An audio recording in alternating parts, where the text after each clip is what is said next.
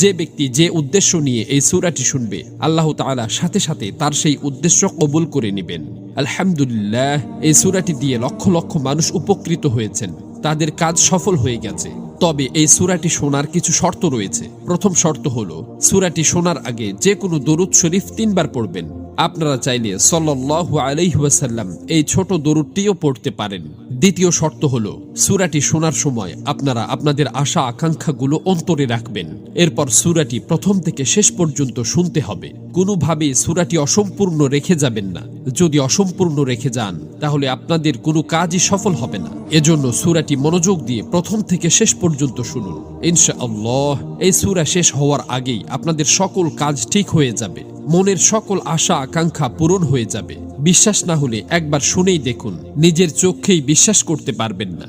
মহান আল্লাহর কাছে দোয়া করি, হে আল্লাহ, যারা পবিত্র কোরআনের এই সূরাটি শোনার জন্য গভীর আগ্রহ নিয়ে বসে আছে, আপনি তাদের সকল বিপদাপদ ও বালা মুসিবত দূর করে দিন। তাদের অন্তরে লালিত স্বপ্ন ও অপূর্ণ আশা আকাঙ্ক্ষাগুলো গায়েব থেকে পূরণ করে দিন।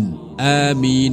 কমেন্ট বক্সে আপনিও আমিন লিখে দোয়াতে শরীক থাকুন, কেননা কে জানে যে কার দোয়া কখন কবুল হয়ে যায়। তো চলুন সূরাটি শুনে নেওয়া যাক।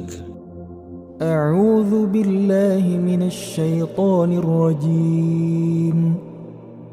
بسم الله الرحمن الرحيم.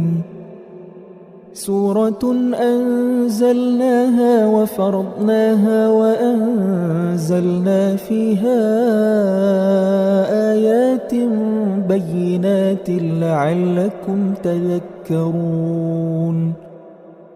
الزانية والزاني فاجلدوا كل واحد منهما 100 جلدة، ولا تأخذكم بهما رأفة في دين الله إن كنتم تؤمنون بالله واليوم الآخر، وليشهد عذابهما طائفة من المؤمنين.